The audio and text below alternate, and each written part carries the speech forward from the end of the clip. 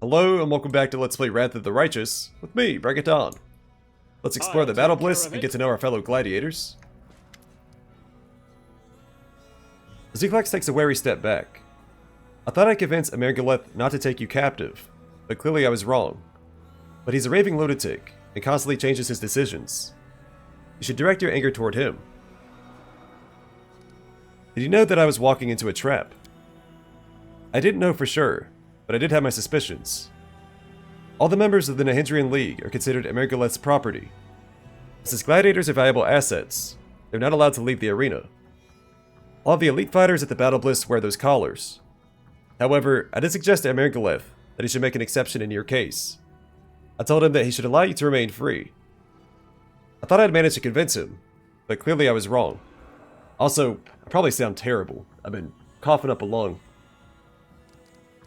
So my voice and my throat's been, struggling. Why am I being forced to wear this collar? These collars are worn by all the members of the Nahindrian League. You'll be able to leave the arena, and if you try to escape, the collar will immediately teleport you back to the Battle Bliss. If you try to hurt Amergaleth or harm his property while wearing the collar, it will transfer you to a safe and quiet place where you can calm down. Of course, the collar will be removed when you enter the arena. That's the only time members of the Nahindrian League are allowed to fight one another. Amergaleth doesn't want his precious property damaged outside the arena, but there are no such restrictions once his fighters are inside. As long as there are screaming crowds in the stands, the gladiators can do whatever they want to one another. Did you hear that, champion? They'll take off the collar when you fight. As soon as you enter the arena, you'll be free and unfettered. You can do whatever you want. A lot of gladiators believe that they're invincible. They're so confident in their abilities, they'll challenge anyone to a fight. Before our gladiators had collars, they used to strut around the streets of Alushanira and pick fights with dangerous opponents. We lost a number of good fighters that way. Even worse, they'd fight among themselves, and kill or maim one another outside the arena, without any spectators to watch. That's why I had the idea to create these collars. However, Amergaleth stole my idea, and took all the credit for it. You'll regret this, I promise. The tiefling points to Amergaleth. If you're looking for someone to blame for your imprisonment, look no further than the arena master. You should be angry at him, not me. Will you help me escape? Of course I will. I have a plan that will free you from the collar and help you defeat Gelderfang. And trust me, you will need my help. While you were unconscious, Amergaleth managed to find a Nahindrian crystal. Gelderfang has been obsessed with getting his hands on one, and his wish finally came true. A demon called Mutasophin took the crystal into Gelderfang's room and locked the door. For the next few hours, the sound of the champion's scream shook the arena. When Gelderfang emerged from his room, he was covered in blood. He also looked stronger and more powerful than ever. Amergaleth is confident that you don't stand a chance against his champion, but I disagree. I think you can win. Zeklex lowers his voice conspiratorially. I want to overthrow Amergaleth and take over the Battle Bliss.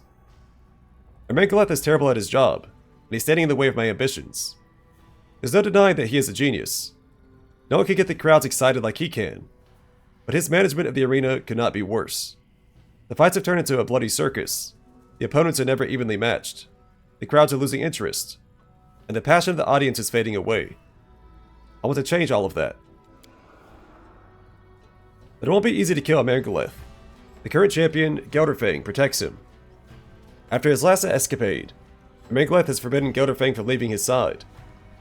That means Amergaleth is only vulnerable when the champion is fighting in the arena. So I want to offer you a deal. I'll help you to eliminate Gelderfang if you help me overthrow Amergaleth. If you agree to my proposal, I'll make sure your companions join you in the arena when you need them. Then you can kill Gelderfang together. You can have the title and all the glory that comes with it. You'll become the champion, and I'll take over the arena. Deal? The tiefling extends his hand to you and looks at you solemnly. Did you mention Mutasophin? I killed him not long ago. I've heard more than one person claim the same thing before. It didn't stick. That weasel Mutasophin is surprisingly hard to kill. Shake the tiefling's hand.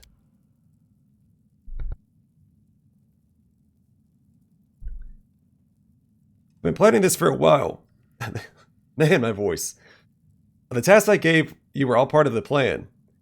And if you had completed them, I could have helped you in your upcoming fight. But you were too busy, and as a result, my preparations are incomplete. There's not much I can do to aid you against the champion. However, your powers are formidable, so I feel optimistic. Of course, you won't have to fight Gelderfang all by yourself. Your companions were worried when Embark kidnapped you. I reached out to them and secured their cooperation. I'll make sure they join you in the arena when the time comes. Is there anything I should know about my fight with the champion? The fight will not be fair. As you already know, Embark doesn't believe in a level playing field. First, he'll send in some weak fighters, just to whet the audience's appetite. Then you'll have to face more experienced gladiators. I have no doubt that you'll defeat them, but they might prove troublesome. Try not to let them wear you down, and avoid injury as much as possible. You'll need to save your strength. Next, I suspect that some members of the Nahindrian League will enter the arena. Embark will send in some of his most loyal fighters. I expect to see Atzom and Ruksa. They don't care if the fight is fair or not. All they care about is gold and fame. Finally, after all of that, Gelderfang himself will enter the fight. That's when Embark will be defenseless. What if I tell Embark everything I know? What would you have to gain? Even if you tell Embark everything, you still can't trust him. He's a lying cheat. He'll turn on you in an instant. And destroying me, you'll destroy yourself. I don't let anyone disturb my sleep. I need to get some rest. No one will disturb you. I'll make sure of it personally.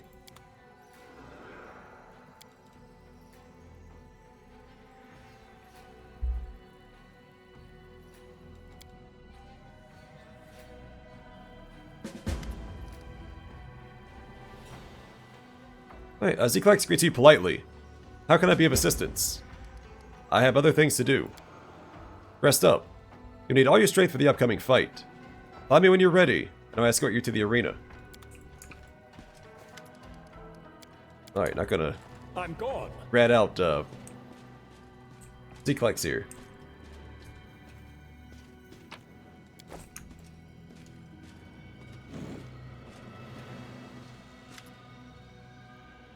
Atzom sits in front of you, looking very much alive despite her recent death in the arena. However, she is not alone. Two other figures sit beside her. The first is an elderly woman with a wrinkled face. Despite her age, she still retains some of the grace and vigor of youth. The second is a very young girl, who has only just passed from childhood to adolescence. Upon closer inspection, realize that both of these figures look like Atzom. They all share the same face. Atzom looks up at you. She has high cheekbones and androgynous features that could easily belong to a man or a woman. Her ears are partially hidden beneath her hair, but you can just make out their strange shape. You realize Atzom is not human, though from a distance, she could easily be mistaken for one. She greets you cheerfully, and does not seem to harbor any resentment toward you. Ah, here comes our killer. We hope you enjoyed the sweet taste of victory. The old woman who looks like Atzom adds in a stern voice. We won't forget what you've done to us. It hurt us very much. Be glad that we're not vindictive. Well, not normally. How did you survive? We are a fae of the first world. A triune being with joint thoughts and feelings.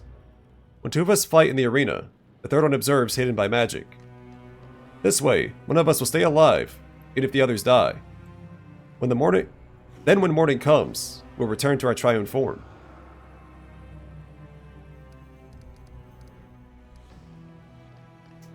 I had to follow the rules of the arena. The woman answers you grumpily. Rules have nothing to do with it. This is the Abyss, where rules are invented only to be broken. You killed us because we were your enemies, not because you wanted to follow the stupid rules. Well, it was kill or be killed. How do you create copies of yourself? The girl smiles mischievously and sticks out her tongue. It's a fae secret. We won't tell you. I feel like this is pretty obvious. Why do you refer to yourself in the plural? The elderly woman chuckles. She shrugs her shoulders in sighs. We're not one, or we're not three. We are a triune entity. This is the way we are accustomed to speaking. Tell me about yourself. We're Atsum Thundereyes, a fae from the First World, and a proud scout of the Wild Hunt. It was Atsum's job to track down the prey and flush them from hiding. After a good chase, there would be feasts, and Atsum always took a bottle of spiced wine to the monarch of the hunt. During one of the feasts, Atsum infuriated the monarch when she mixed up 2 bottles of wine. She brought him young wine, fragrant and smelling of spring, but he asked her for aged wine that tasted of oak, a wine that would leave the bitterness of regret on the tongue and make the soul weep. Old Atsum joins in, and her voice trembles with bitterness. And the monarch said, "Don't you know the difference between young and old Atsum? No? Well, I'll show you." And he banished Atsum from the First World. But the fae used to be a good servant, so at the last moment, the monarch relented. To help Atsum overcome her pathetic stupidity, the monarch taught her a special spell and ordered her to cast a spell on herself every morning. The spell made Atsum a triune being and helped her understand the difference between vibrant youth and the gray hairs of old age. Young Atsum interrupts the older version of herself. And now, Atsum has grown wise. We have become very wise. And the time is near when the monarch will summon us back to the Wild Hunt. And we'll be riding again with our brothers and sisters. We'll drink and laugh, and no one will say, "Haha, Atsum is so foolish. She doesn't even know the difference between young and old, ever again." How would you like to help me kill Gelderfang in the arena? You wish to betray Embark and kill his champion. That is an ambitious plan. And for some reason, you've decided to seek our help. You killed us, but has not stopped you from paying us a visit. This is all very unusual. Yes, you've intrigued us. Now you must persuade us. Young Atsum laughs and claps her hands together eagerly. Want to hear more about this cunning treachery? How exciting.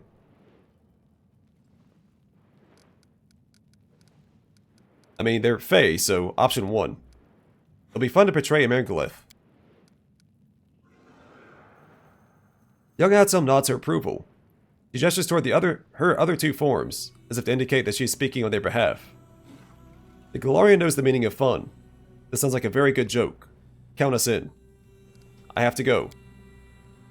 Atsum's 3 incarnations watch you leave with a sly smile.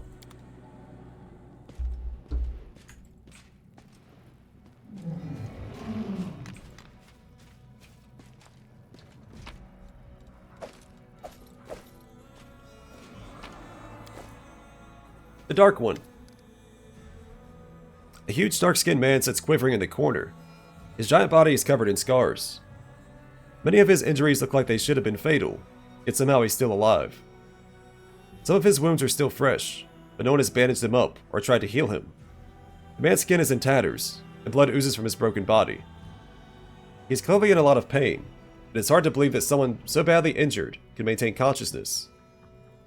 He casts a wary glance in your direction, and grunts something unintelligible. You can't make out his words, but his tone is an unmistakable warning not to come any closer.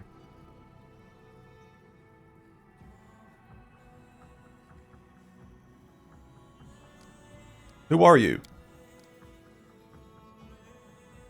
The gladiator snarls at you. He looks tense, ready to spring. He is clearly not comfortable holding a conversation. A low feral growl rumbles in his throat. The dire one. Trevor. Trevor Vanek, Social's brother. The gladiator goes still. He gazes at you, lips trembling. He seems to be trying to speak, but the only sound that comes from his parched throat is a dry, wheezing croak. Hey, I can relate to that today. Finally he nods, and manages to choke out hoarsely. Social. Yes, he is my brother. After a pause, the gladiator touches your hand with his rough, deformed fingers, as if he is trying to greet you with a handshake, but can't quite remember what he is supposed to do. Are you his friend? My friend too, then. Can you understand me? There's a mixture of fear and anger in the man's bloodshot eyes. Perhaps he doesn't understand you, or perhaps he just doesn't want to talk. Examine the slave's sword and helmet. The gladiator moves with surprising speed. As you reach for the items, he snatches them away. His voice is a hoarse whisper. Not yours. Go away. I have to go. The slave closes his eyes and collapses onto his mat with a dull moan. The scowling gladiator eyes you suspiciously. His breathing is ragged. His body shudders with each rasping breath. I don't know if I passed that perception check before. I'm not sure if that's going to change what happens in the arena or not.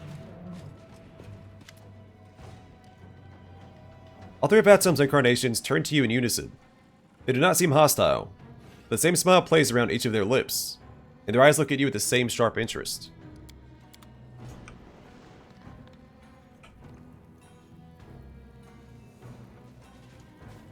There's something here. We do it my way.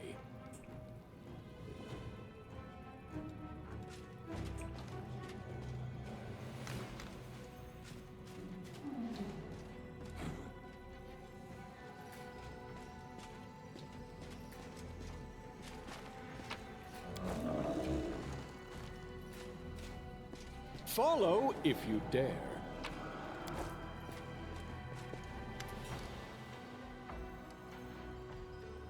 Hear the metallic clang of the demon's steel claws as he greets you. You want to get patched up before the fight, Gladiator. I'm off.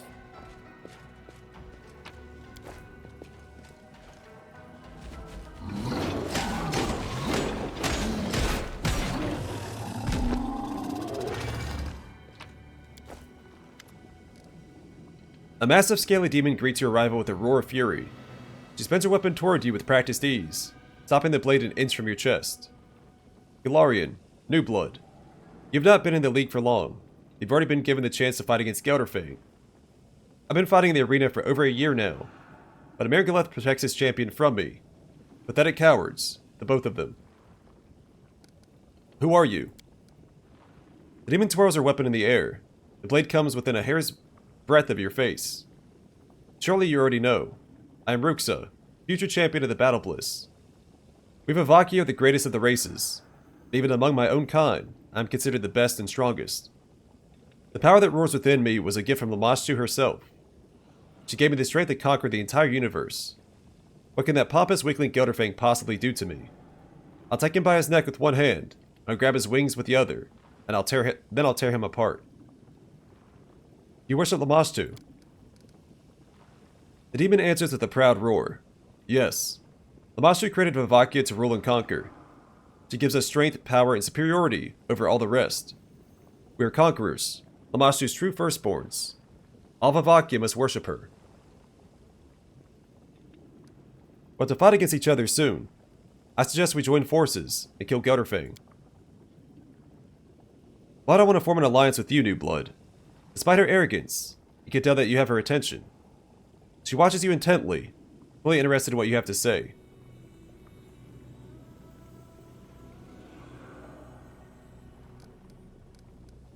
I don't know if option 3 is the way to go. So I don't know if she wants champion more than she wants to fair fight.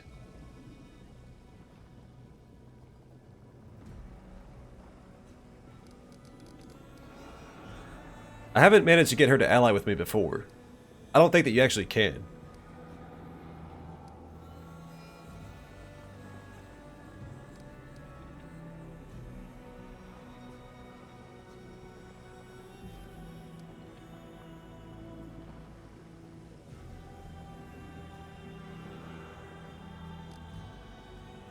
I feel like option 3 is the best one to convince her, but I feel like I've taken that before and it didn't work.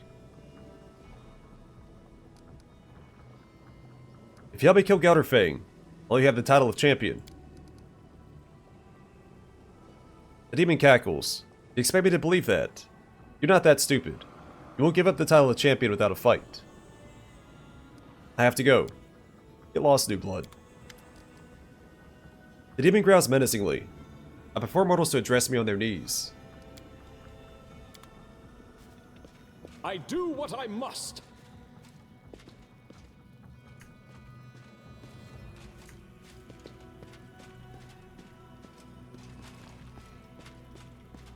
I'm gone.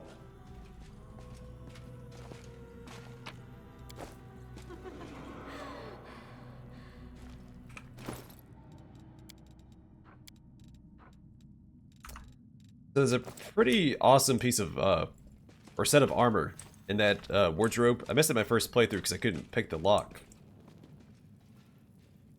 So when you break it open, it destroys all the items in there, unfortunately. But it's a piece of armor, it's heavy armor. When you have it equipped, it gives you bonus armor class. If you have a two-handed weapon equipped, it gives you bonus armor class, I think, equal to the enhancement bonus of the weapon. So you get up to +5 armor class, so it makes your two-handed weapon users a little tankier. I'm gonna try and get it. There's a way to, I think, cheese these the doors towards the, I guess, the lobby of the arena. We can dimension door inside here and have Woljif pick that lock. A Gelderfang greets you with a condescending sneer. He looks at you smugly, flexing his muscles so that you can see his chiseled abs beneath his smooth, flawless skin. His teeth have been neatly filed, and his impassive eyes hide a cold fury that could ignite into a hot, flaming rage at any moment. You get the feeling that it wouldn't take much to set him off on a rampage. Ah, you must be my next victim. To the little Galarian who wants to challenge me for the title of Battle Bliss Champion. Gelderfang pretends not to recognize you. He looks you up and down, and then fixes you with a bored, lazy stare. Another primitive Galarian. There's nothing special about you. How disappointing. Now we'll try it. Let's do all this first. Why do you fight in the arena? Because it's fun. Where else can I unleash my passion, my wild and sensual spirit? If I don't fight, I feel a terrible, aching pain in my bones. Without release, my power grows sour and stale, like a rancid brew. And the only thing that can cleanse me from the stagnation is to find a victim and torment them until they howl. Their wail of pain and humiliation washes over me, restores my power to its full potency. Only then do I become myself again. Gelderfang the Invincible, the true ruler of the Battle Bliss. We're gonna fight each other soon. You're not scared, are you?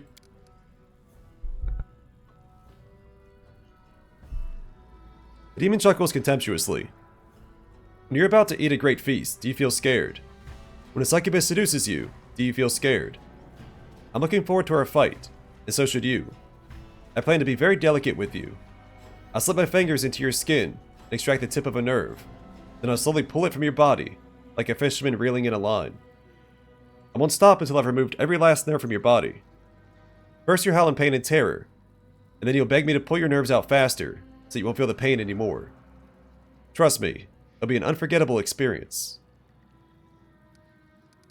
I killed a lot of your kind back on Galarian. Oh right, I heard about that. A real demon exterminator. Supposedly, you have amazing powers or something like that. But you don't seriously think that your enemies on Galarian can compare with a demon like me, do you? Even my rivals are more powerful than the puny foes you defeated back on your world. Sorry, but your special powers aren't enough to impress me. What kind of crystal did Amargaleth give you?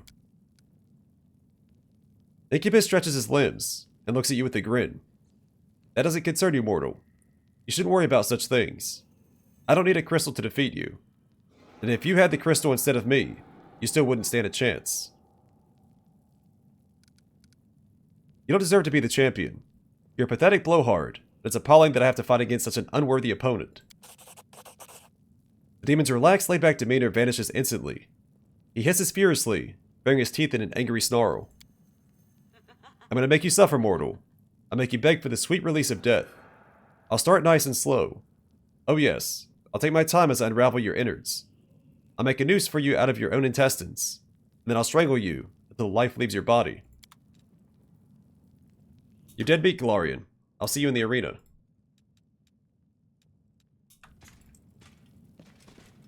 Yes, I'm gonna leave this unlooted for now. What'd be great is once you become champion, if these doors would open, because you're the champion of the arena, and if Zeklex in charge, there's no reason to keep you out of the this back area. But that wasn't the case. I mean, it could have changed since the last time I played. But we'll see. Alright, either way I'm going to call it here for now. Next time we'll participate in the arena. And we'll go from there. But for now, thanks for watching. Hope to see you guys in the next one.